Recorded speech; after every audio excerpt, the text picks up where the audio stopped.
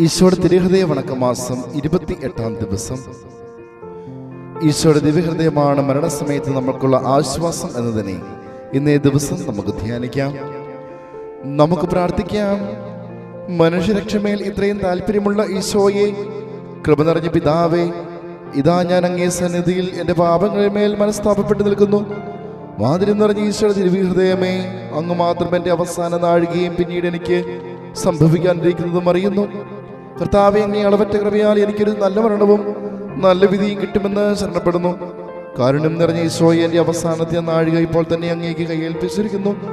എൻ്റെ കാലുകൾ ഇളക്കുവാൻ വയ്യാതെയും കൈകൾ വിറച്ച് കുരിശിന്മേൽ ബാധിക്കപ്പെട്ട അങ്ങേ പിടിച്ചു തരുവാൻ പാടില്ലാതെ ഇരിക്കുമ്പോഴും മരണഭയത്താൽ കണ്ണുകളിരണ്ട് അങ്ങേ നോക്കിയത് അങ്ങേ തിരുനാമം വിളിക്കുന്ന ആ സമയത്തിലും മരണസമയത്തിൽ എൻ്റെ രക്ഷയുടെ ശത്രുക്കളോട് യുദ്ധം ചെയ്യുമ്പോഴും കരുണ നിറഞ്ഞ ഈശോയെ, എൻ്റെ മേൽ കൃപയായിരിക്കണമേ.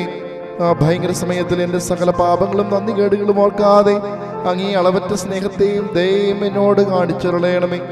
എൻ്റെ പാപം നിറഞ്ഞ ആത്മാവ് ശരീരത്തിൽ നിന്ന് വേർപിരിയുമ്പോൾ അങ്ങേ രക്തത്താൽ അതിനെ കഴുകി ശുദ്ധീകരിച്ച് അങ്ങേ പരിശുദ്ധ ഹൃദയത്തിൽ കൈക്കൊള്ളണമെന്ന് സാഷ്ടാംഗം വീണ് ഞാൻ പ്രാർത്ഥിക്കുന്നു.